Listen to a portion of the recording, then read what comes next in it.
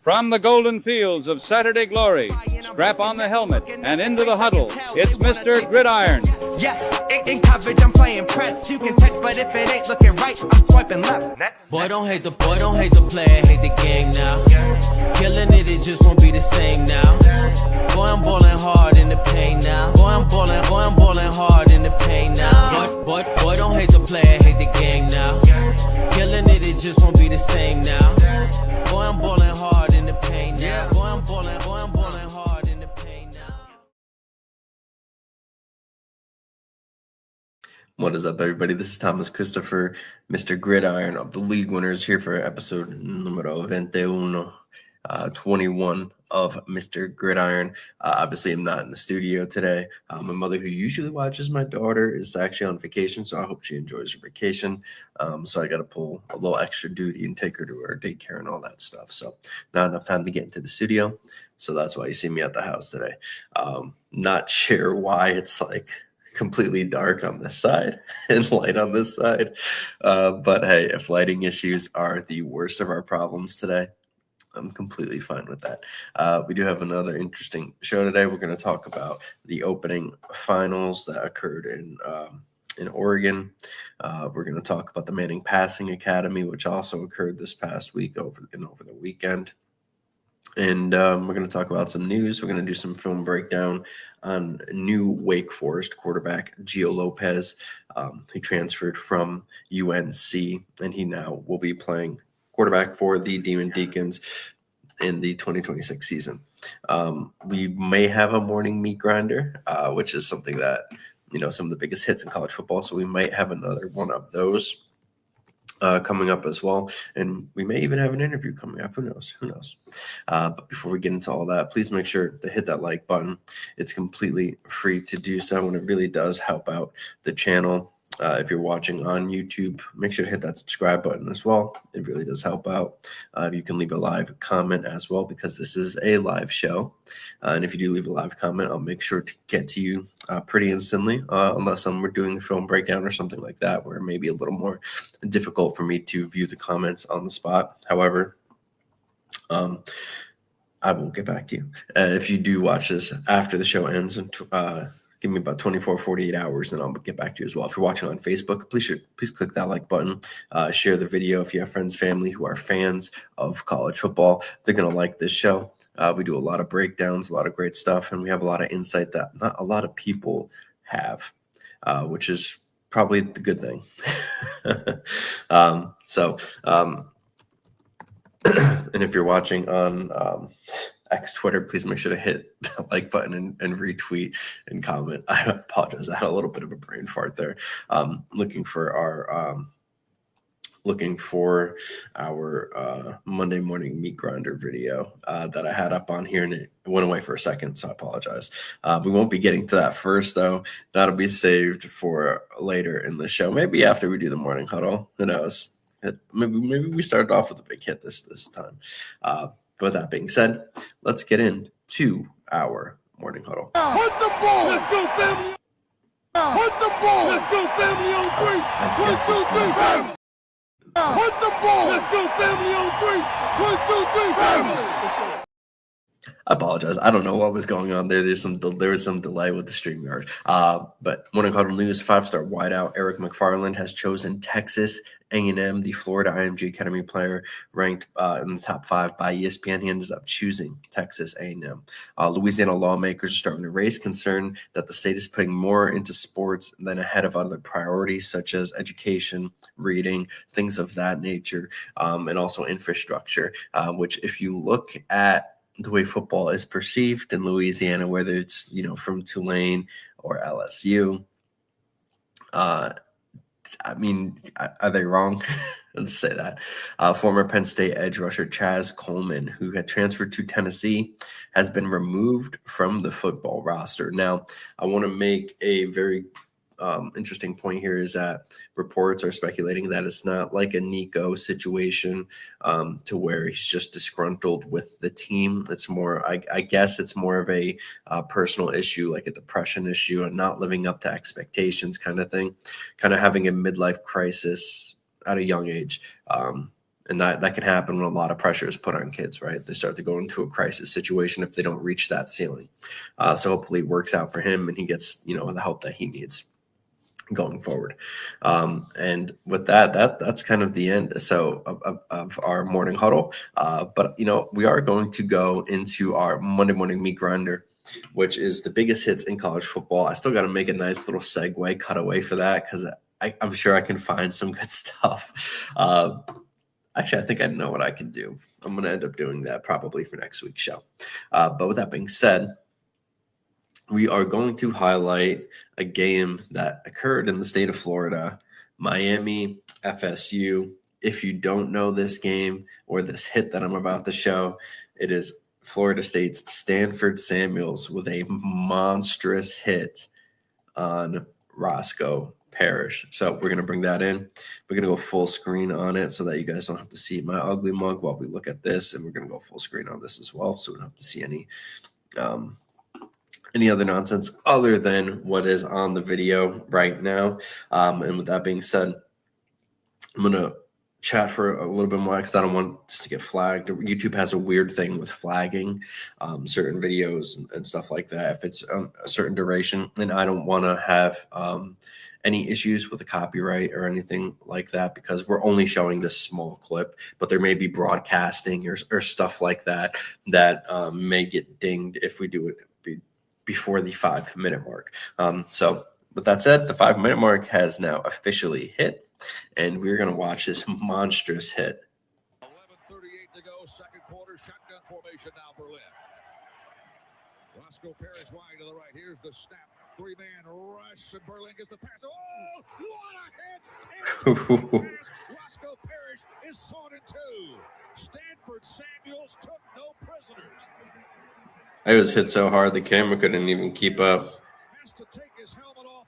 It takes a knee. Boy, he was just hit violently. This is the better angle that they'll have. Look. Ooh.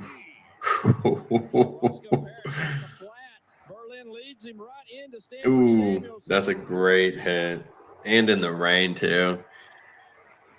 This is a gritty football. That's just in a tough position as a receiver there. He's just stretched out, look for that football. And he's still down. Took the helmet out, everything, got the wind knocked out of him. Really cleaned his clock is the old expression. Roscoe Parrish is really hurt. They replay that scene on the big this was at FSU. Stadium. You hear the crowd react every time they do it. Parrish is still down. Yeah, that was because that was at FSU, so they were playing that a million times. So I want to play it again. Just keep an eye on this because in real time, it happens so fast the camera can't even keep up. That's why we see what happens here. And that's from the sideline angle. Because they zoom in on the quarterback. They're like, oh, he's going to have some yak. Boom. Nope. Roscoe Parrish is sawn in two. Stanford Samuels, no That's such a crazy hit, dude. And Parrish has to take his helmet off. It takes a knee. Boy, he was just. It's better on the replays. Look at this. Hit by Samuels. Bobbles it. Oh. Player goes to his knee. Roscoe Parrish out in the flat. Berlin leads him right into Stanford Samuels. What a shot.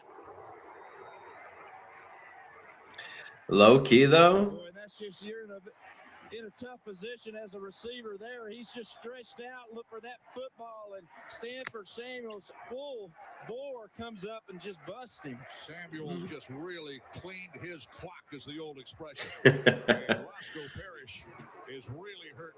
They replay that scene on the big war. Masterful hit. Stadium. You hear the crowd react every time they do it. Parrish is still down. Yeah. That was a great hit. If you're unfamiliar with that hit, that's great. Low key, though, also, that's kind of Parrish's fault because he tried to cradle the ball in. If he just went hands, tried to go hands team, I don't know if – listen, maybe he gets hit, but he doesn't get his eyes taken off of the guy who's coming in like a freaking piss missile to knock him out, right? That's all I'm saying. That's all I'm saying. If you're playing receiver, and listen, I'm a huge Quentin Johnston fan too, but body receivers, you got to be careful if you're body catching or trying to carouse it, and not just like go out and grab it. You got to be careful because you can get hit pretty hard, pretty fast, especially when you take your eyes off the ball. And I know that's half the reason why they don't try to hand catch is because they want to be able to take it and like run, seeing the other surroundings. It's a lot easier to have it hit your chest or if you cradle it in than it is to have to actually fully pay attention, scoop it out from the air and then go. So that's kind of Parrish's fault. He probably gets cracked either way though. Let's just be real. Masterful hit. I love seeing hits like that, man. Defensive guy. I love seeing hits. With that being said, we're going to go into the main premise of today's show, which is going to be the opening finals that occurred in Oregon and the Manning Passing Academy. I do want to do a disclaimer here that finding actual results on this that wasn't behind a paywall is beyond annoying. And it just shows that we are still in a situation where the 247 on 3 and those and CBS is probably the only outside example of that, to where like those are the companies kind of taking everything over. So I hope they enjoy the stranglehold for now, because companies like the league winners and some other companies, they're coming for them. You can only control that for so long before the door and the floodgates start to open. And it's really not hard to do what they do. And this is the thing that I never understood, is that these recruiting sites get certain access to like the high school stuff, but once college football actually happens, they get cut off. Like, I can't tell you how many communications people I've spoken to that just instantly and auto deny the 247 people, the on 3 people who aren't like the big guy, because they don't want the bad press with that, but they denied like the 247s, etc. of the world. So it's just food for thought. They may control like the opening and stuff like that now because of the name, whatever.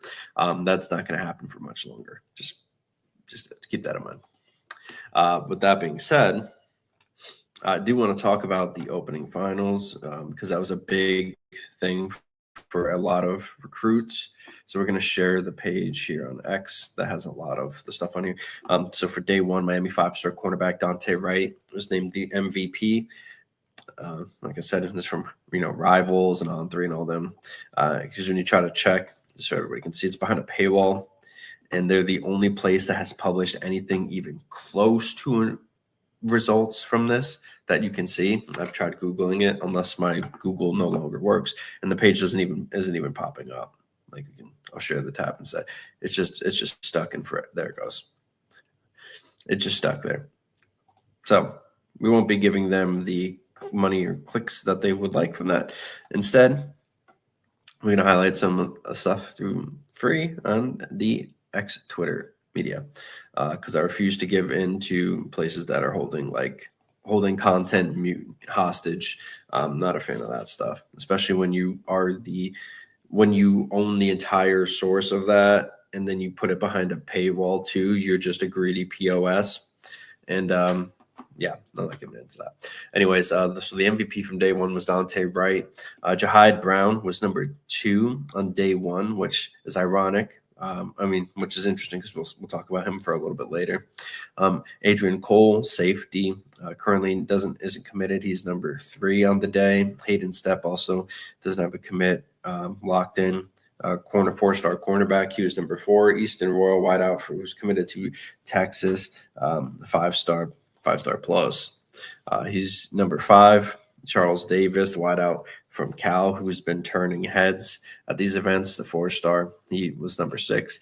Osani Gales, a 4-star wideout, was number 7, uncommitted. Sherrod Baker, a 4-star running back, number 8, uncommitted. Jackson Dollar, 5-star tight end out of Georgia, was number 9. And Jamarin Simmons, a 4-star tight end from Clemson, was number 10, at least based on Rivals' performance from Cody Belair, for whatever that is worth. And I mentioned Jahide Brown because he was the overall MVP of the opening in Oregon for the finals, which is great to see. And we've talked about Easton Royals too, and he That's a good enough beat.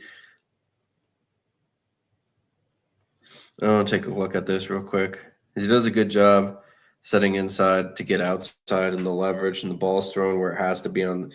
Actually, the ball's kind of a baddish ball. Problem is the defensive back here he's focusing way too much playing Royals. If he turns his head down here, if he just turns his head at the ball, that's an interception.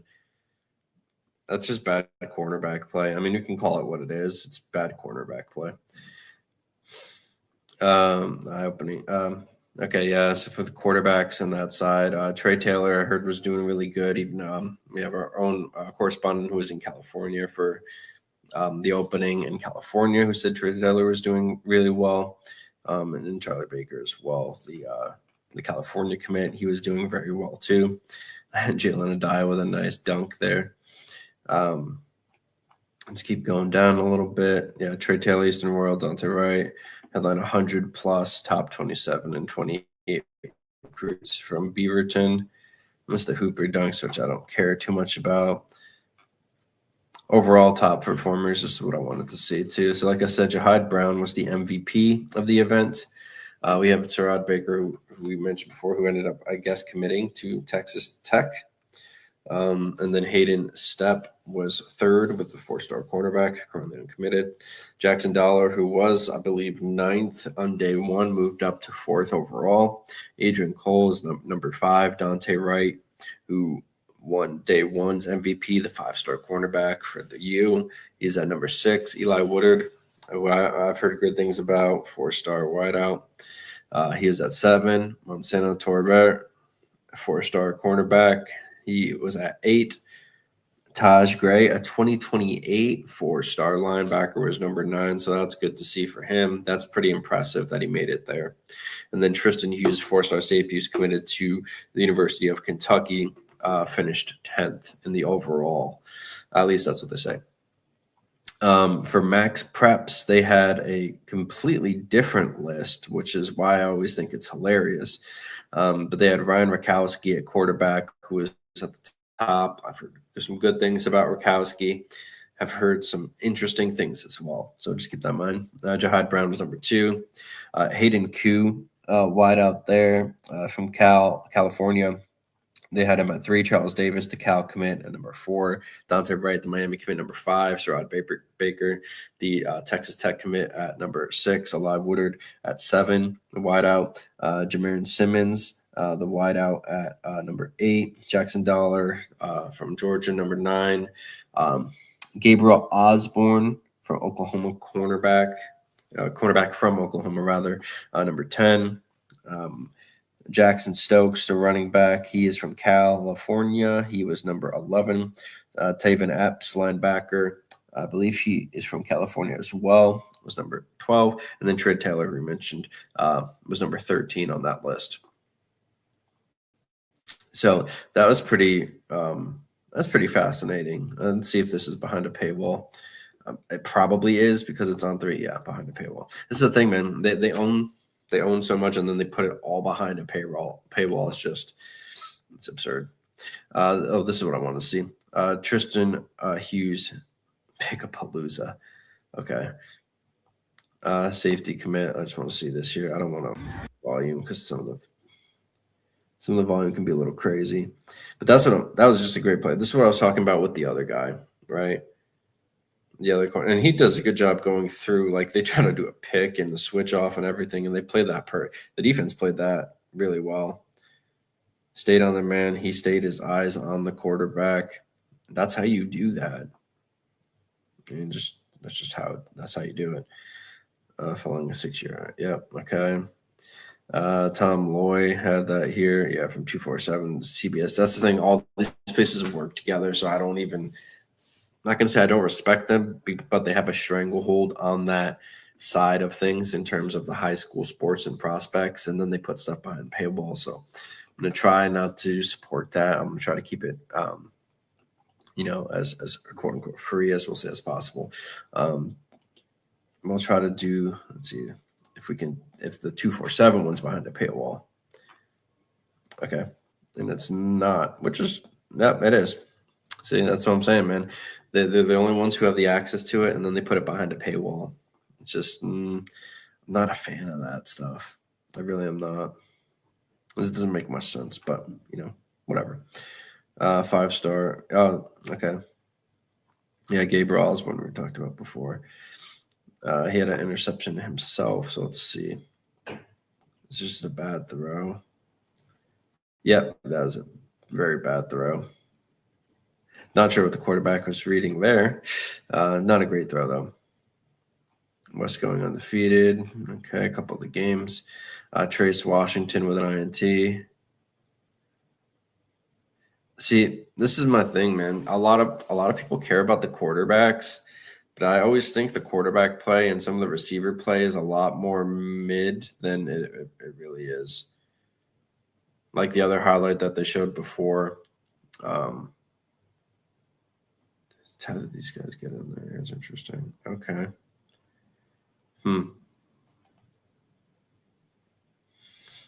Fascinating. Wonder if there's something else I want on there. Okay, this is a good route by Jahad Brown, though. A little too much dancing at the line of scrimmage, though, man. In real life, you can't do that, though. In real life, that's just not how that works, unfortunately. Yeah. Okay, this is Hayden's step. Ooh, what a punch out. That was a really good thrown ball, too. That's perfectly placed. The receiver does a good job with the hands. Just a great play by the defensive back, man. That's a massive play. I love that.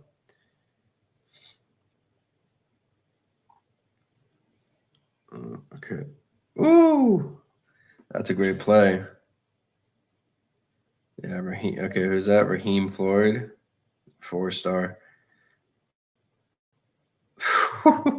Goes and snags that one-handed. That's a great play. That's a really great play. Has some stuff at the passing academy. Gario Taylor, which we'll talk about the Madden Passing Academy in a little bit here. This is the stuff I hate. This is very, very performative for a person who has basically secure access to it because you work for rivals.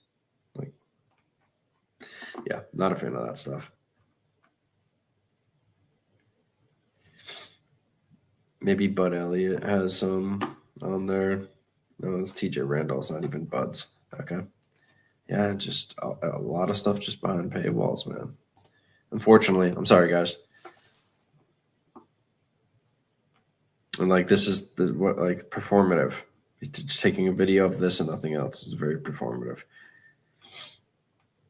With that being said, the reason why I wanted to highlight the opening is because, for those who don't know, they were under a hiatus for a bit. So they were, I think it's for 6 years, something like that.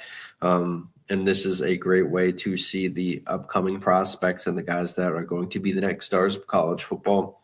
Because like I said, even though there's some, middling performances from some high-end prospects that they kind of push because of the stars thing, there are still a lot of good prospects there. Like we saw a couple great defensive back plays just now. So just because something is middling that is overhyped from a social media standpoint doesn't mean it's still not important in the grand scheme of things. So I do want to look up some other updates. This is actually from Yahoo, which I'm surprised. I guess it's powered by On3, but this one isn't behind a paywall, so we can watch some of the good clips on here for some of these kids.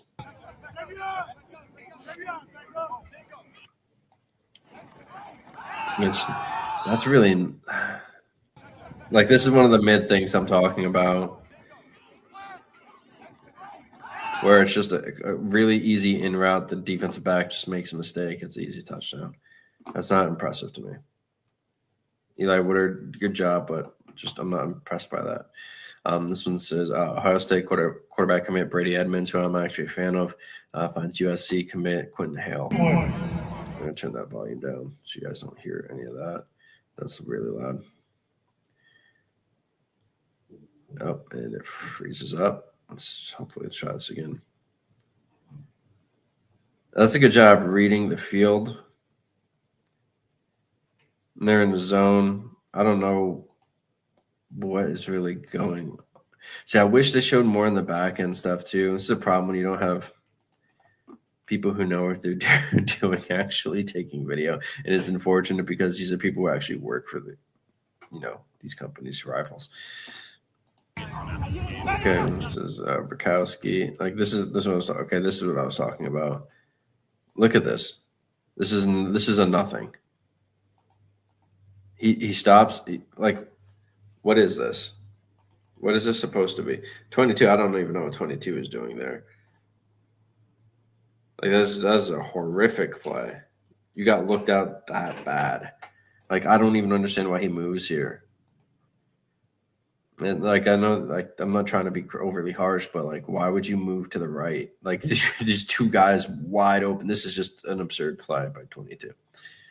Not great. And for all I know, 22 is probably a 4-star commit who has or 5-star commit. Who knows? That's what I'm saying. Stars don't matter. That's a low IQ play. Houston to Julian Caldwell. So we'll see that this one works out. Like again, man, it's just this is why some of the 7-on-7 stuff and all the things you see, like you have to put a big grain of salt on this because this isn't impressive. No pass rush. 3 seconds, wide open. Nobody's even near him. He's probably supposed to be in his zone. Even if he's not in his zone, there's so much space that they utilize. It's just an easy, and I'm sure he just did a fucking part of my language. I'm sure he did a 3-step in or something like that. It's just not impressive to me. That's what the red zone stuff is not impressive. If they drive down the field and if they run some plays that go to the intermediate parts of the field or deeper on the end of the field, that's a whole different thing. But these red zone stuff where there's no pass rush, which it's 7-on-7, so obviously there's not going to be. But it's just not you gotta be very mindful of what you take away from some of that stuff. This one's 2028 cornerback Jermaine Cobbs picks off a 4th down pass in OT to win the game. Hopefully this one's impressive because stakes are on the line in this one. Fake. I don't even know where that ball was going to. I'm gonna let's slow that down a little bit. Oh, can I not slow it down? Maybe I can't. Maybe if I go on X and I share it through here instead. Maybe. Let's try it through there.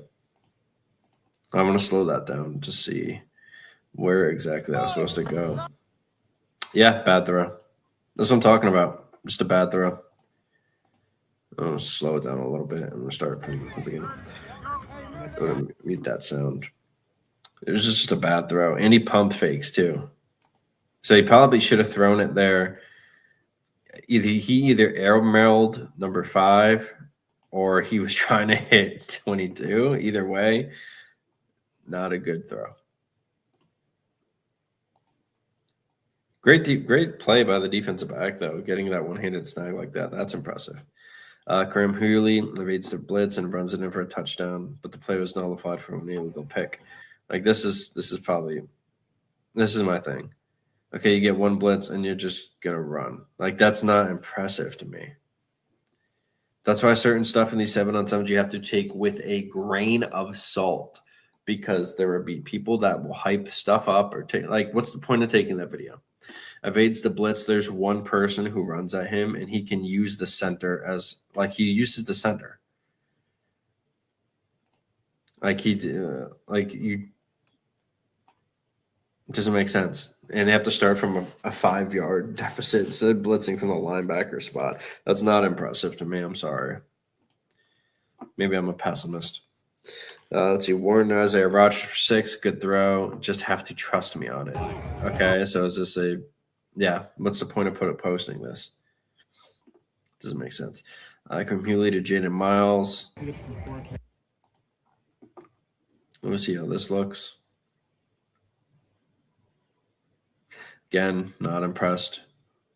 That's not. I'm glad he went back to the read there, but. What is the linebacker doing? It's on him, clearly. That's the thing with young commits too, man, is the linebacker play is linebacker play is extremely spotty for young guys, but also 7-on-7s. Like they are purposely behind the 8 ball in 7-on-7s. That's a good grab. That's a good grab. That's a good ball placement. I'm a fan of that. Braylon Warren and Jamar Taylor. Let's see that in a little bit slower motion. I have to go on X for that, so I'll put it on here. I'll turn that off and slow it down just a little bit. This is a good throw. Ball placement there. Great. Oh, my God. What a catch. That's a great catch. He's getting his hand pulled down while he's grabbing it with that hand. That's a great catch. I'm a huge fan of that. Massive, massive fan of that. Oh, I apologize. Let me get back on that screen there. There it goes. I'm a big fan of that. Okay. Let's see what else we have here. Hayden Stepp with the pass breakup in the final play. Okay, let's see what we get here. Good defensive play. Hayden Stepp did really well there from what I've heard. Yeah, that's a good play. I like that. Raheem Floyd with a pick 6. Pick 6 is crazy when you're in the red zone. Wow. I need that. He gets a legitimate. Okay. That is that's not a good throw, man. Oh man. You get a pick 6 in a red zone drill. That's not great. The play concept. This is good defense though. Let's see. You could have had the guy crossing over in that hezzy. I mean, hindsight 2020. I just want to see where his eyes go with the ball. Oh, he's staring that down all day. He's staring down the front and then looking at the back as his backup plan. He doesn't take his eyes off it. Either that's the play concept or he gets stuck. Rakowski to Woodard. Is this just going to be another? Yeah, I'm not too impressed with that. 2 guys taking that, so they use that as a natural pick. Not a bad play. Brady Edmonds to Hayden Koo. I've heard some good things about Koo. Yeah, that's the thing, though, man. That's not impressive to me. I'm sorry. I sound like the biggest hater, but it's just out routes and stuff like that where it's like they just go into the flat for 7-on-7s. That is not impressive to me. I want to see like more. You hope to see. This is the thing. Like you hope to see more from a event like this where it's supposed to be, focusing on some of the best prospects in high school. You want to see more than that, especially as they're about to be pros, most of these kids next year. I'm just saying, man, you'd want to see just a little bit more development there, especially for the wide receivers and the route stuff. Like some of this stuff they have these kids doing dancing at the line of scrimmage because it's in 7-on-7s and there's no pass rush. It's not impressive. It's really not, especially when the defenses can't do certain things too. I'm not a fan of that. I would like to see a lot more development happen in these games and a lot more coaching. It just doesn't happen. Unfortunately, that's life, With that being said, the other aspect that I wanted to cover that happened over this week was the Manning Passing Academy. And the Manning Passing Academy had some interesting stuff. I mean, apparently Arch looked fantastic after all the people who, tried to give him the Nepo baby status for last year. And then he did pretty well. Like he turned things around and, this is what my take on is Arch Manning's going to be a really damn good quarterback. And it's just weird to see. It's one thing if you're being criticizing, like how I just criticize people's play and like the lack of coaching that some of these kids receive because they're kids. So they're not going to know certain stuff unless they're being taught a certain way or they're not being taught a certain way. One or the other. Because that's like their kids playing the game. Like Maybe sometimes they just don't get it, but more often than not, they're either being coached poorly or they're not being coached correctly or they're being coached the wrong things. So, and that happens. Like there's a lot of high school coaches that pretend they're gurus and they're coaching things completely the wrong way. I know from experience, I've gone to multiple high schools as a player and as somebody who watches the game too. And it's really crazy how prevalent that stuff is. But there's one thing between that type of criticism and then people who just like they hate the Arch Mannings of the world just because his dad or his granddad or whoever was a famous and excellent player, that the pedestal's so high on a kid that they just dislike him for who he is, just because his last name is Manning. But before I go into that, I do want to highlight some of the interesting camp counselors that they had at the event. This is the update. This is the expected camp counselor. So this is who was at the event. Let me just change it so I can share it for anybody who wants to see and watch, because I thought there were some interesting names here. Holt Nailers from East Carolina. Luke Altmaier, I think, is interesting for Ole Miss. Brennan Armstrong from Virginia. Tyson Badgett from Shepherd. The Chicago Bears quarterback. Connor Bears, like Stetson Bennett in there. Miles Brennan. Sean Clifford. Jaden DeLora, Jared Doge, DeQuan Finn. I haven't heard that name in a bit. Sam Hartman, Mr. Hare, Lane Hatcher, Cohen Granier, Hunter Helms, Gunnar Holmberg, Hendon Hooker, Nick Howard, Max Johnson, Phil Jerkovic, Kyle King, Devin Leary, Will Levis, Aiden O'Connell, Spencer Petras, John Rice Plumley, Michael Pratt, Taylor Powell, Drew Pine, Spencer Rattler, Chris Reynolds, Anthony Richardson, Cam Rising. I'm kind of surprised he is there, actually. Mo Rogers, Justin Slawowski, Tyler Show, Kidden Slovis, Liam Thompson, Ty Thompson, Clayton Toon, Tyler Van Dyke, Mike Wright, and Bryce Young. Good to see Bryce Young there. That's pretty cool. So that's what the camp counselors for this past year's Manning Academy was. I thought that was interesting, so I just wanted to share that because there's a lot of great stuff that happened there. And this is, the standouts that On3 had for the passing academy was NC State's C.J. Bailey, Notre Dame's C.J. Carr. So CJ's taking over. Trinidad Chambliss from Ole Miss was named a standout. Jerry Kaminsky from, what's that? I don't even know where that is from. Is that North Texas? I can't even read that. I apologize. Let me just check. I can't even read that name there. Is that North Dakota? That's got to be North Dakota. Yeah, I think that's North Dakota State or North Dakota. Sorry, North Dakota. It is North Dakota. Then we have Arch Manning, obviously, from Texas. John Mateer, Oklahoma. Drew Mestamaker from OSU, who, obviously he went with his coach to OSU. Heard great things about him at this event, actually. Marcel Reed from A&M. Julian Sand from Ohio State. Kamario Taylor from Mississippi State, who actually heard great things about. Connor Weigman from Houston. Those Houston guys, man, I've been telling everybody, Houston guy, keep an eye on Houston this year. Big 12, telling you. So let's just look at the Manning did slip on at least one pass. Okay, that's just the out route there. Notable college football quarterbacks attending there. So we look at the attendings that weren't mentioned in that list is Jaden Maeva, USC Gunnar Stockton, Kevin Jennings. Who else? Jaron Cavez, Uncle Bulatelli, and DeMond Williams, Washington. So there's some. I don't want to go through all of that. This is the full list of the counselors, other counselors. Wow, there's a lot of good guys on here too.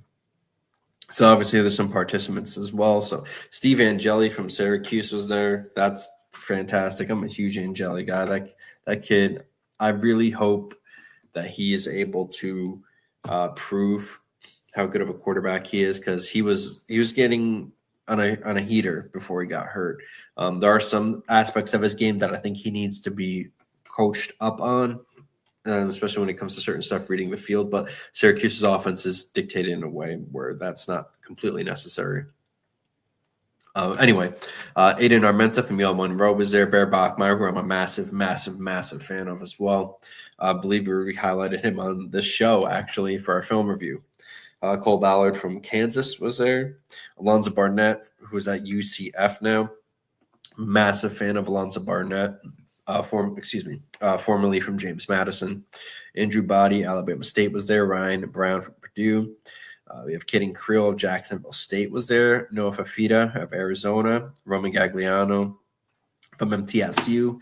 Nathan Hayes that we talked about in NDSU. Mason Heinschel from Pitt was there. As anybody who watched college football last year knows, he was one of the another freshman phenom for last year. House Hedney from Colorado State. Caton Hauser from Illinois. A lot of people in the P4 world do not know who Caton Hauser is yet. They will for sure. Justin Lamson, Montana State was also there. Drake Lindsay, Minnesota. Gio Lopez, who we'll be highlighting today, who's at Wake Forest now from UNC. Kyle Lowe from South Louisiana. George McIntyre from Tennessee. Owen McCown from UTSA, Josh McCown's son. I'm a fan of him. He's pretty decisive. Cash McCollum from Weber State, great name. James Murphy from Brown. Alberto Mendoza, who's now at Georgia Tech, which I'm incredibly excited to see how that works. He was there. Kenny Minchie from Kentucky. Chris Parson from Austin Perry. Ty Pennington, Chad Pennington's son from Northern Arizona was there. Ian Rodriguez from Nichols. Grayson Saunier from Dartmouth.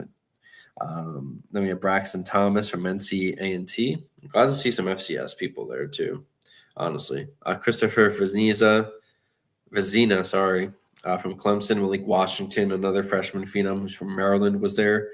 And then we mentioned Connor Weigman and Damon Williams. So those were the camp counselors, the big people who were running the event there. And then obviously they have a bunch of prospects there too, like Jared Laughlin said he was there, 27 commit. So that's great. Top of okay, we already seen that. Good throw by Arch there. Okay, so I just want to go through. Like I said, some of this stuff to find out results, man. It's it's really. Let me turn that down. I apologize. It's really hard because they run like they kind of run a what is the word, like a monopoly on the content and who they allow into certain stuff, unfortunately. I do want to look at some of these quarterbacks throwing these outs, though. This is Jaden Maeva. It's too far. Not a good throw. I think Arch actually messes this up, too. Yep. Yeah, Arch just way off. John Mateer. Let's see what John Mateer does here.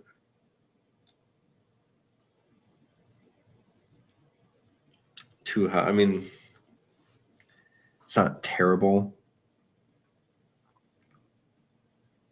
Master Makers is beautiful. Let's see what Marcel Reed has. Marcel Reed's very good as well. Julian Sane, what you got?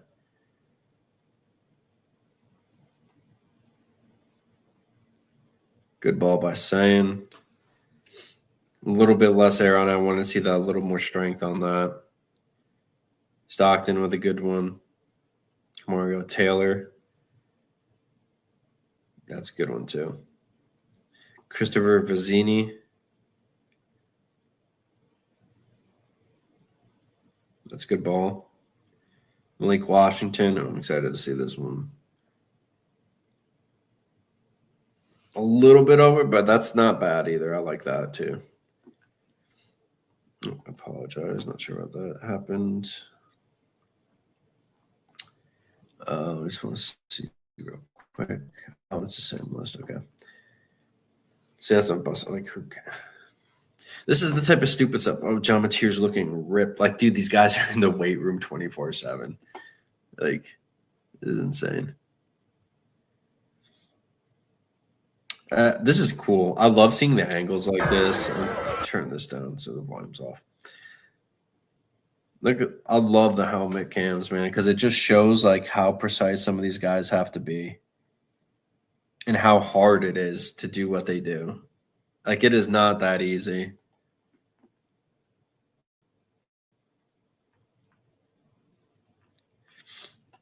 Some extra highlights from the passing academy. Are they all just in the, okay, this is the other one I think I wanted to see too. Yeah. It's just them throwing crossers. I think it was crossing into comebacks. Mateer, ball's high. Alberto, good ball. Mestamaker, good ball. Marcel Reed, good ball. Julian Sayin, want to see a little bit more on that. Better placement. Stockton, want to see better placement on that too.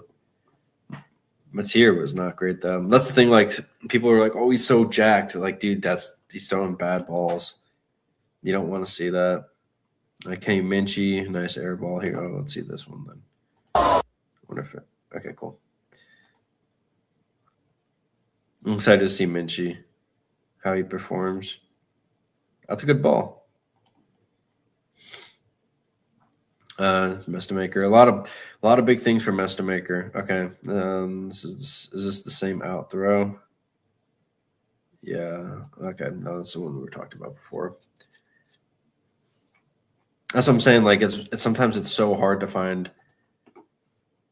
good content to go over. Like, this ball hangs a little bit, but not terrible. Air it out challenge, DeMond Williams. We're gonna see something here. All right, so this was his performance for the air it out challenge.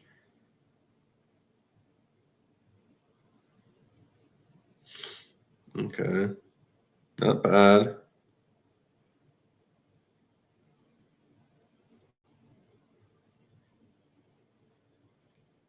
That's pretty good. He hit a lot. He did not miss too many.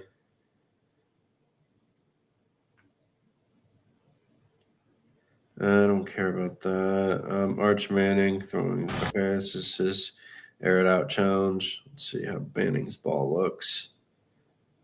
That's pretty good. Stays in stride. Slows down a hair, but that's a good ball. Nice throw from CJ Carr. Let's see. Okay, I like that too. I'll show you guys that one. Notre Dame CJ Carr. And the play action. There was a comeback. Good ball. Good ball. Gunnar Stockton with a throw right on the money. Deep ball. Oh, that's perfect. Bad drop. You can't drop that, man. That's a great ball.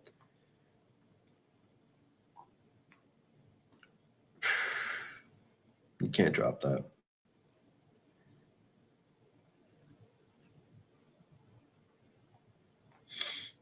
Is it Mr. Maker? Is this the same? Okay, yeah. What else we got here? Trinidad champ. Why the Ole Miss Q wasn't allowed in 2020? Okay, that's from last year. See, this is the thing. Like, we saw Mateer's making some bad throws, and he's already listed as one of On 3's standouts. So, how bad were the other people in comparison? I don't know, because almost every throw we've seen from Mateer that they've shown so far have been bad throws. And I like Mateer, so I'm just saying. This is a question. Okay, I want to hear this too. Arch Manning speaking today. This is from Noah Gross. I believe it is his video.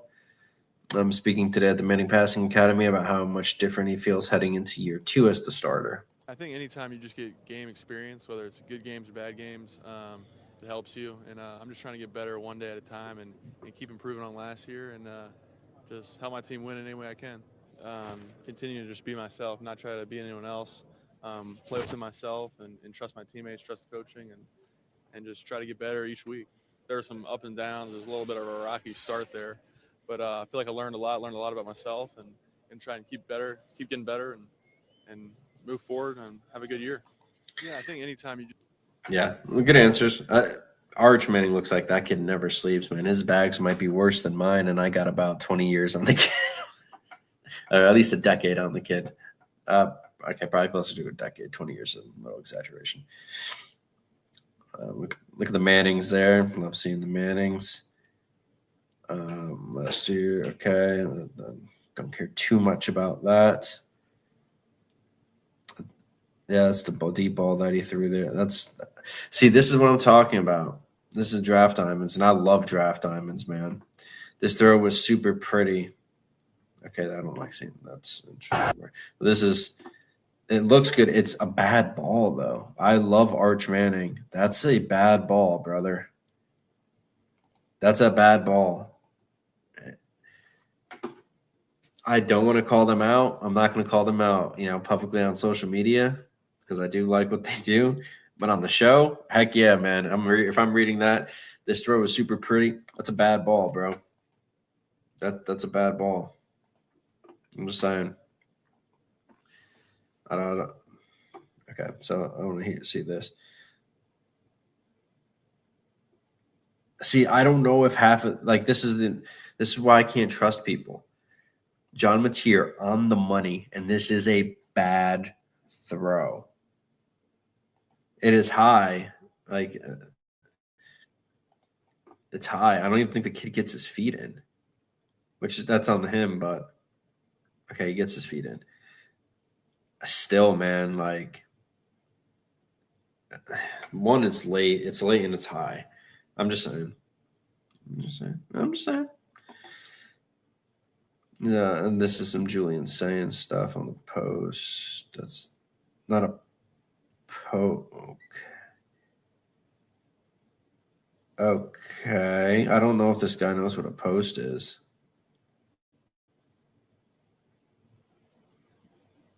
Okay. Some good throws by Julian Sain. Big fan of that. Hey, look, there we are. Okay, that's fine. I just want to see if there's any other. Okay, so under Trinidad Chambers. I wanted to just see some other guys because there hasn't really been too much from the other guys. This is probably on the air it out. That's a better ball than Manning's ball. That might be a little bit of an overthrow and a little bit, off center. But that's in a spot where only his guy can get it. Unless there's a safety at the back of the end zone. That's a good ball. I like this too. Is this CJ Carr? Yeah. Okay. This is from Lucas Hill, SEC. Not going to give this guy credit because he's just literally stealing his video. But it's from Lucas Hill. Quarterback CJ Carr. CJ, just talk to me about the development that you guys have had over the past offseason, coming off of a fantastic 10-win season, but no college football playoff. Yeah, I think this offseason we're continuing to focus on the details and the process that we have as an offense and as a team, and continuing to double down on the preparation that we have. And so we're looking forward to it. What's one thing in your game that you want to improve upon from this past season? I think continuing to use the reps given now to make good decisions, continue to move the ball down the field, take the shots when they're there. Just talk to me about the relationship that you have with your receivers and your offense as a whole, just seeing how you guys have grown since last season. Yeah, I think once again the reps with all the guys is going to be huge for us. Throwing those timing routes to them throughout a whole off season is special, and we got a bunch of guys returning, Faison and JG, who we've been doing it for a while, and so compounding those reps together is going to really help us. How's it been being a counselor here at Manning Passing Academy? It's been a lot of fun. I'm excited to be here, and just being around the guys and the Mannings, it's special. The campers too. Interesting. That's a guy who definitely wants to be there. Definitely does not want to talk to the media, though. Hard to blame him per se. This is Julian saying. Yeah, let's see what Julian saying has to say. Bigger, stronger, faster. They did that. And how so? What do you do to work on that? I think you got to be in the weight room, getting bigger, stronger, faster with our strength coach, and it's been a good offseason. What do you think the team morale is entering this season? I think we're really excited about the season. We're playing with a little bit of our chip on our shoulder. We didn't like how last season ended. We wanted obviously win a national championship. That's the goal at Ohio State. So I think we're really excited about this season. Is there any way that Jeremiah can keep getting better? I think he's improving every day. He's somebody who comes in, works hard, and is a good leader for that room, and somebody who sets a really good example. So I think he's a special player. He's working hard. I guess if it was put it in college academic terms, he'd be taking master's courses at this point, right? Like, I don't know, what have you seen from him in this offseason that makes you think that he can continue to? All right, I'm going to stop that one just because they're just talking more about players that aren't him than him. I'm not a fan of bad journalism, in my opinion. Arch Manning drops it in a bucket. That's a good ball. That's a good ball. See, that's a good ball by Arch. All right, that's a good ball. Look at that. Boom, perfect ball. That's a pretty ball. Whatever Draft Diamond showed, that was not a pretty ball, man. This is not a good one. Orange Bloods was there. Obviously from University of Texas guys. You have Connor Weigman impressing. Who Houston, man. I've been saying it. I'm one of the few people saying it. Just great stuff. Arch Manning. Is this the bad ball? Or is this the good ball? That's a good ball. Marcel Reed on there. We saw that. John Mateer throwing some dimes. Okay, that's the Manning ball. Malik Washington with a deep ball rep. Okay.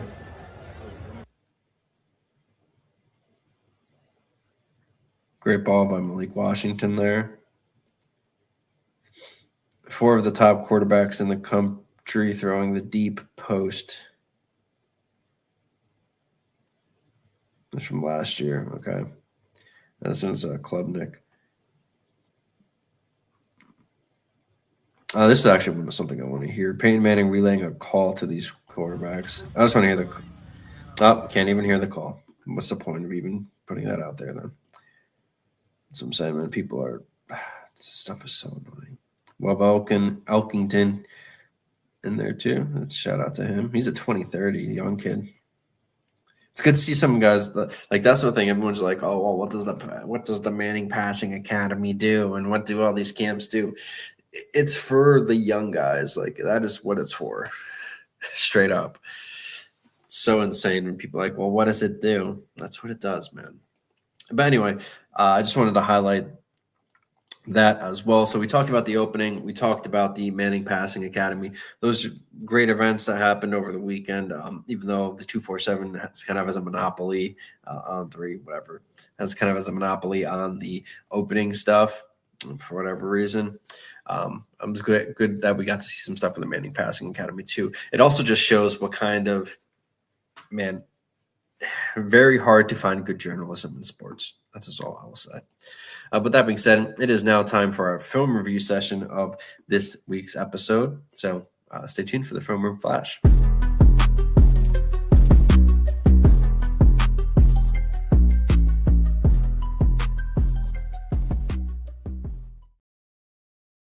So if you are new to watching this show, our Film Room Flash sessions, we go every day, every time there's a show. We'll either highlight a player, we'll highlight a series of plays, a series in a game, stuff like that. And I do it live with you guys. I don't pre-record it. I don't do any of this stuff. I don't pretend to, I like watching it with you guys as we're going through because I think that's important and it provides, it's authentic. I'm not just like, and if there's something that stumps me, or stumps you, like we can go through it in real time, which I think is awesome. In this week's episode. But before we go do any of that, though, make sure to hit that like button. Completely free to do so. Helps out the channel a lot. Truly appreciate everybody who's watching, tuning in. Leave a comment if you're watching, even if it's just a simple, hey, what's up? Appreciate that. If you're watching 24, 48 hours after the show ends, give me about that same time frame. I'll get back to you guys if you do leave a comment. If you're watching on YouTube, hit that subscribe button. Helps out the channel a lot. If you're watching on X, Twitter, or Facebook, retweet it, share it. If your friends, family like sports, they're going to like this show.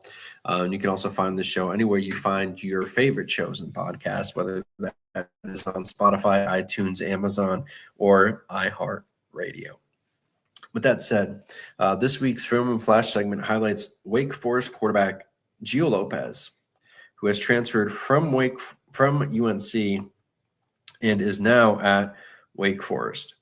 Now, there's a reason that I want to highlight this. And I'm going to see here if they're going to show here some stuff from Gio, because they really, I don't want to say they tried to force Gio to be a pocket passer at UNC, but Gio is just, he's a guy that really struggled during UNC. And I'm not entirely sure why. Bird comes in. What's up, buddy? I appreciate you, my friend. Thank you for tuning in. I like Gio a lot. Listen, Gio the guy is a fantastic guy. Like, his personality is really good. He's really upbeat. He's really nice and kind. But as a passer and processor, I don't think he was able to do the stuff that UNC wanted him to do. And we're going to break down a couple stuff here. I think. Let me turn this off. Sorry, I apologize. We're going to start here with a game against Stanford. Five in front. Five. Yeah, shotgun.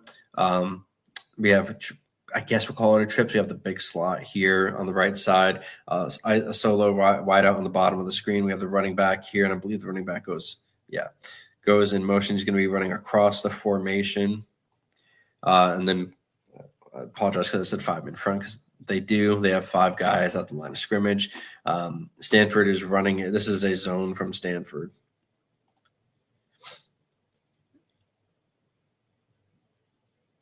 And a bat, like, what is that?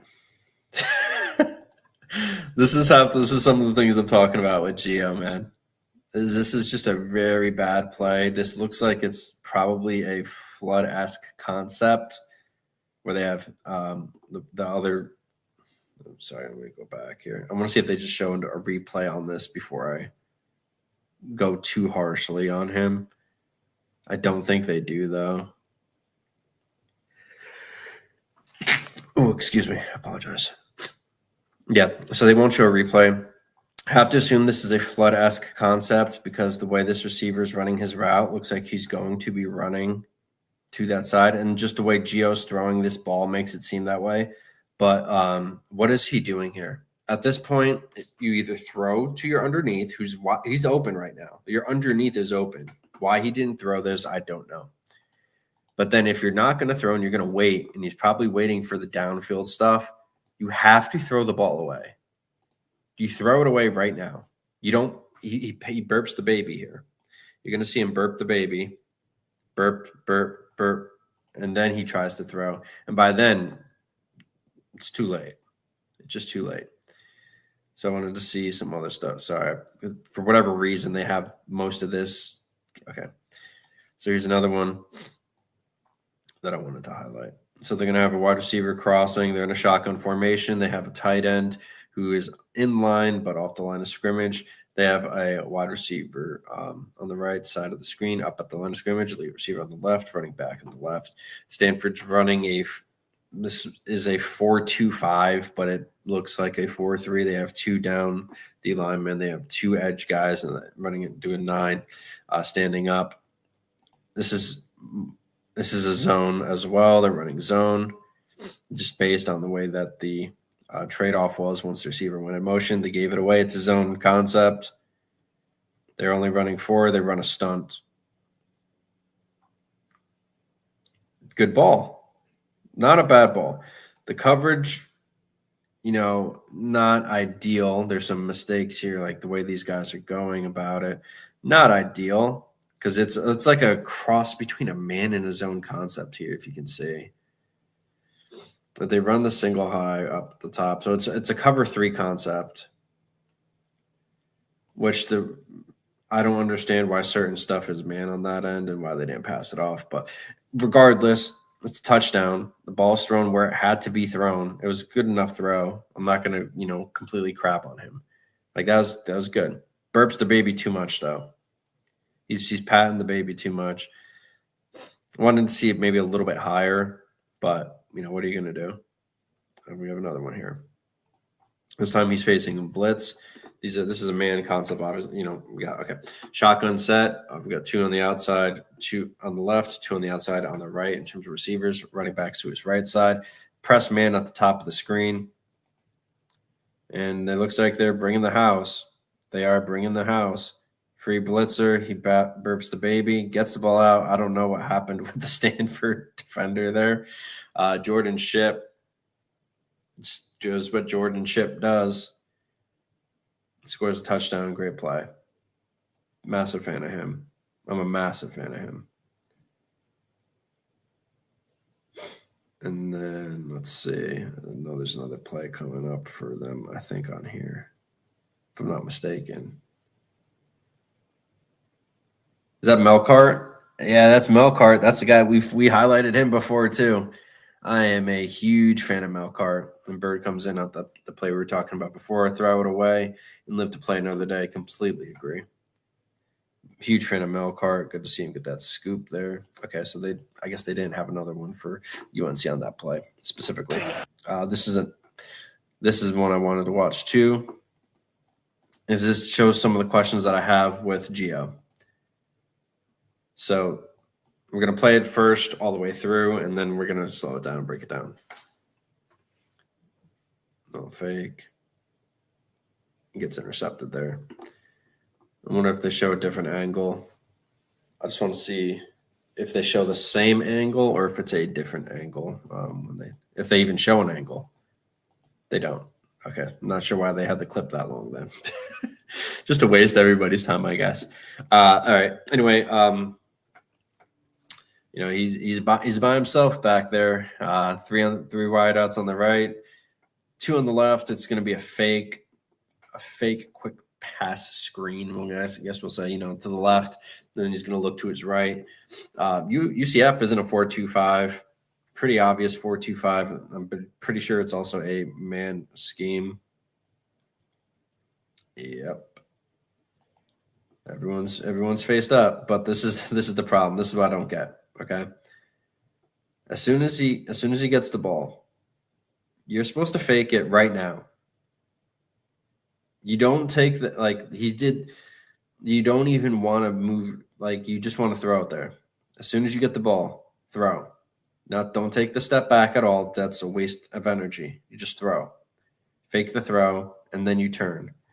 So what he does is he takes that step and then just throw. I don't even know what he was looking at there. I know what the play design is, but he just threw that blindly. That's not great. Not ideal for Gio there. There's some other stuff too that actually I want to watch from his South Alabama days with Evan on there. No, this one, UNC's in a pistol formation. Tight end on both sides. One of them is on the line of scrimmage. The other one is along the line of scrimmage, a yard behind it. One receiver on the outside on each side. TCU looks like they're in a 3-3-5. It has to be a 3-3-5 or 3-4, but they use one of them as a star guy. I guess is this just a run? Yeah, it's just a run. I don't know why they did that. Ignore that one. I apologize. I apologize. Ignore that one. Oh, this is hilarious because they showed this one a million times, even though he's the reason they got the short in this game. Okay, so this is again in a pistol set. This time they have 3 wideouts all on the right side of the formation. They also have a tight end on that side too. He stays in and blocks. Good ball. But he's just waiting. He's not really looking anybody off. He's just waiting for him to get open throughout the formation. That's Shipp again. Shipp's really good. Good big fan of him. I know there was something that I wanted to watch from him from his South Alabama days because he's not the same guy. No, that's from Syracuse. Is this 39? Okay, this is another bad play. Oh, they won't show the full one on this, but okay. So this one's sped up a little bit, and they don't show the beginning, but this ball has to come out right now. I'm not even going to do that because that's bad. So, okay, so this is what got him to UNC, and this is what people are expecting to see from Gio at Wake Forest because of the offense that they ran last year. So this is from him during his time at South Alabama. This is against App State. App State, it's hard to see what they originally ran in because the play already starts by the time the ball is snapped, but they're running in a shotgun set. South Alabama is. They have a tight end that I believe stays in the block. Or does a chip, I guess. They have one guy who looks like he was crossing the formation and 2 wide receivers on the outside.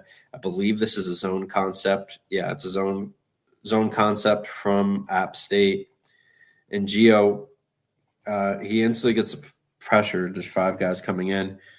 Gets pressure from the edge, steps up, and avoids a sack, bounces off his lineman, and then runs for a touchdown. From what, 30? Technically, it says 31 yards, but he ran it about 40 yards. Like, this is what they thought they were going to get in Gio Lopez at UNC. It just didn't turn out that way, which stinks because he was fantastic. Like, there's a video that's expected them. Okay, this is the video. This is the same video. This is what I wanted to show before. So they're in a shotgun set. UNC is. They have their tight end at the line on the right side. They have a receiver in the slot who's motioning to the right to try to see what the formation is. They're running a zone concept. 2 wide receivers on the left, running back also to his left. TCU's in a 4-2-5. They have 2 standing up rather. Is that Hubbard? I think that. No, I'm sorry. I apologize. I'm confused. TCU for Northwestern. Blitzing. They're blitzing. Ooh, oh man, that's so bad. That's such a bad play. So he fakes the blitz a lot. I guess he technically would be a strong. The left side linebacker fakes the blitz. Right ends up going instead. And look at that. Before the snap, they have the safety is in the box. Like he pulls out. So they did a great job disguising this. Really good job disguising this by TCU. Because as you see, he starts going back and out. He is going to take this zone here, if I'm not mistaken. Yep. And he's the one who makes the play on the ball. However, this could have been a big play for UNC because Gio is just late here. And I'll tell you why. Hike, that ball needs to be out now. He needs to be throwing it right now, and he's not. He waits another second or half second. If he throws this ball right now, you throw the ball right now, it's either a completion for a big gain or it's a completion for a first down. It is one of the two, or, a completion. But it's completed. That's Jordan's ship. Right? So, hike. Out now. It has to be out now. To be honest, I know you're already in a shotgun set. The shotgun is supposed to take away the 3-step drop. So you don't have to drop back any further. Why does he drop? 1, 2, 3. He takes a 3-step drop. So what is this? A 7-step drop in reality or 5-step in reality? No, it's not. Especially if that's the route you're targeting is the slot running just a quick, you do the natural pick play. You're supposed to throw the ball quickly. This has to be out there. Look at this. Look how much space. It's 5 yards. He waits and winds up as he closes in 4 yards. By that point, though, one guy's running downhill. Ship is running, horizontally parallel to the line of scrimmage or parallel to the field. He's running horizontally. He's not running vertically. Defensive back is running, at an angle downfield. This ball has to be out. There's no reason to do a 3-step drop on top of this. You can do a 1-step, compose, throw. Doing a 3-step drop on this throw where he's targeting specifically is asinine. Take it, a little bit of low snap, that's fine. But the ball has to be out earlier than that. That's on Gio. Low snap, and I guess he goes into the motion of, quick little 3-step drop, 1, 2, 3. No, you can't do that, man. Not a great play by him. And we're going to watch another one from Gio. This time he's in a shotgun set. We have 2 wide receivers on the right side. One is a lot closer to the line of scrimmage. We have a tight end on the left side. I have to assume one of them moves. Does one of them move? No, they don't. Okay, they stay static. And they have a wide out on the left side. This is against Charlotte. Charlotte's running a 4-2-5. They have one defensive lineman, one edge, and running from standing. This looks like it is a zone concept. Oh, that's a man. Oh, it's a man concept. Okay. Why is he playing like that then? Wow, he played. Okay, that's embarrassing, man. The safety messed up. See, I thought it was going to be a zone because of how much he's backpedaling away already, that somebody was going to take like this area. No, he's just trying not to get beat deep and then gets absolutely destroyed. And I don't know what the safety's doing. The safety messes up too because there's nobody around. Like, there's no reason for the safety to be flat-footed. Easy pitch and catch. Like, that's the stuff Gino. That's the stuff Gio can do really well. I'm going to play it back again. Slow it down just a little bit. Okay. I'm surprised they kept it static. They must have, already known. But the fact that he had that much space, then he plays with his back again. Like, he puts himself out of position, the corner does, and he gets blown by him. Like, he just gets blown by. But my biggest problem here is with the safety. Because the safety, yes, as a safety, you have to read the quarterback. You also have to be able to read the field. And at this point, this guy's already got 3 yards on the bottom receiver. So, like, he's clearly running either a go or a deep post. Not even being on that side of the field is absurd. By the time he's playing catch-up. You already passed him. You're supposed to be the free safety, bro. Bad play. Bad play by Charlotte there. Great play by Gio. Gio took advantage of that. And then I just want to see, because there's another play that I wanted to highlight here. And I don't know if it's – well, this is a good one from him. When he's at – yeah, we showed this one on the other angle. This is a touchdown. See, this is the stuff that he used to do all the time. Like, he looks so much faster here. I think he fattened up at UNC, man. I'm not going to lie to you. I think Gio got pretty lazy at UNC. I'm just going to be honest. He even said that playing with Belichick and them was like taking the fun out or like homework and stuff. But, like, bro, you're the quarterback. Like, you have to be that guy. That's why I think I apologize. And that's genuinely why I think he failed. He didn't have the mindset that he needed to have. So this one's against NC State. They're in a 4-2-5. UNC is in a shotgun set. Pretty, standard shotgun set. This is a zone concept. He stands in, takes the hit, and delivers a good ball here. Like, he has flashes where he can do really good, and then he has flashes of like, man, what are you doing, Gio? This is the thing. Like, look at this athleticism. He does not have that at UNC, and that's a year. It's only a year removed. It's not the same guy, and I know people may say that a group of 6 is very different than the power 4 to an extent, man. But, like, you don't outrun guys like this at the G6 level and then get to the P4 and become a statue and like a chubby statue that doesn't move.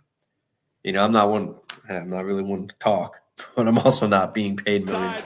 Not being paid millions to play the quarterback position. There was one play though that I really wanted to look at, and I saw it once when I was originally checking this. No, it's not this one. And then I couldn't see it again. Can't watch that watching. See, it's like people love Gio. When he was at South Alabama, this kid was one of the best players in college football. That's why UNC got him. Like, look at this throw. Avoids the pressure. This is North Texas. North Texas isn't like a joke team. And he throws a dot on the run and connects. Like, they're not the same. Like, South Alabama Gio and UNC Gio are just 2 completely different players. They're not even remotely the same guys. Man, there's one play that I wanted to see, and it's not coming up anymore. But there's basically a play that showcased this. And Gio was attempting to scramble in the pocket from UNC. I mean, even when we saw it with the first play that we highlighted, where Bird even commented, the pass where he should have thrown away, and he ends up throwing a complete, like a fumble, embarrassing play. But there was another play that originally I wanted to show, and it's Gio trying to scramble, and he just gets mollywopped at UNC, and it looks like he's running in quicksand. There's just two very completely different guys from South Alabama's Gio Lopez to UNC's Gio Lopez. And actually I think he's going to be at the ACC Media Days, and I'm going to ask him straight up, why was there such a difference in your performance from South Alabama to UNC? And I may ask it a little bit different than that because I don't want him to necessarily take offense, but it's just a different guy. What we saw at UNC was a Gio Lopez that was like kind of stuck in the mud. He had trouble deciphering certain defenses. He still looked good deciphering, some zones and some basic man stuff. But once teams started to try to disguise coverages, he had a real big problem with that. He just had a real big problem running the offense. Even against Syracuse, I got to watch that game live. Even against Syracuse, man, he really had some struggles in that game. And if it wasn't for the rushing attack and some of the other stuff that happened for UNC, I don't know if UNC even wins that game. And that was against a Syracuse team that went winless without Steve Angeli last year. So just keep that in mind. But with that being said, I am a fan of Gio. I try, obviously I don't bring up, I try not to review tape and highlight tape of guys that I'm going to, talk badly on. I wouldn't have highlighted Gio if I didn't think he's a good player. Obviously, I mean, we saw what he did at South Alabama. That's why I'm like, it's a yin and yang. It's like a Jekyll and Mr. Hyde of how he performed. But with that being said, that was this episode's version of the Film Room Flash featuring now Wake Forest quarterback Gio Lopez. So I hope you guys enjoyed that.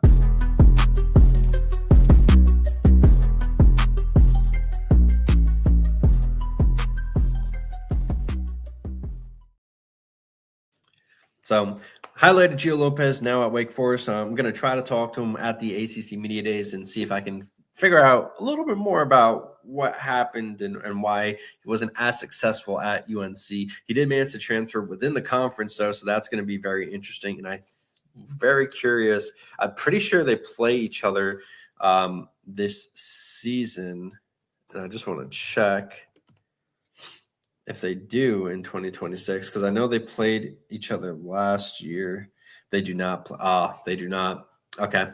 So they don't, but that would be fascinating if they did. However, they're both going to be at the ACC Media Days, so I'm very curious to see how that goes. But with that being said, that was our Film Room Flash segment. We also highlighted the opening finals in Oregon, as well as the Manning Passing Academy. We highlighted our Monday morning meat grinder with Sanford Samuel's massive hit on Roscoe Parrish in the Florida State-Miami game, which that was incredible to see. And we also highlighted a bit from our morning huddle with Eric McFarland choosing Texas A&M, the big Florida IMG prospect. We talked about Louisiana lawmakers having some concerns with the state's allocation of funding, prioritizing sports over some other damning needs. And we also talked about former Penn State edge rusher Chaz Coleman, who transferred to Tennessee, is now removed from the program. There could be some mental stuff behind that. So just hoping that he gets the help that he needs, if that's truly what it is. With that being said, this has been episode 21. This has been the end of the show. Until we kind of get to the main parts of the season, which is actually coming up in the next couple of weeks, shows will be running about an hour and a half-ish. So I appreciate everybody who's been tuning in, checking out. And we did start a little bit earlier today purposefully so I can get in and out because I do have to go pick up my daughter. As I said, that's why we're not in the studio. That's why we're in this, that's why I'm at the house. And for some reason, half this is dark colored and half of it is light. Half of it's like a half shadow, but whatever, we'll make it work. We make it work. We always do. With that being said, make sure you guys click that like button on the way out, whether it's on Twitter, Facebook, or on YouTube. If you're watching on YouTube, make sure to hit that subscribe button. Completely free to do so. Helps the channel out. We do a lot of college football content, and we'll have a lot more out this season, including player interviews and things of that nature. So make sure you guys stay tuned for that. And you can find this show wherever you find your favorite shows and podcasts, whether it is on Amazon, iHeartRadio, iTunes, or on Spotify. But with that being said, we're about to get up on out of here. I hope you guys enjoyed this today's episode, and stay tuned for us on Wednesday, where we may be back in the studio. We may not. Depends. We'll see how it feels. With that being said, this has been Thomas Christopher, aka Mr. Gridiron, and I'll see you guys next time. We are out.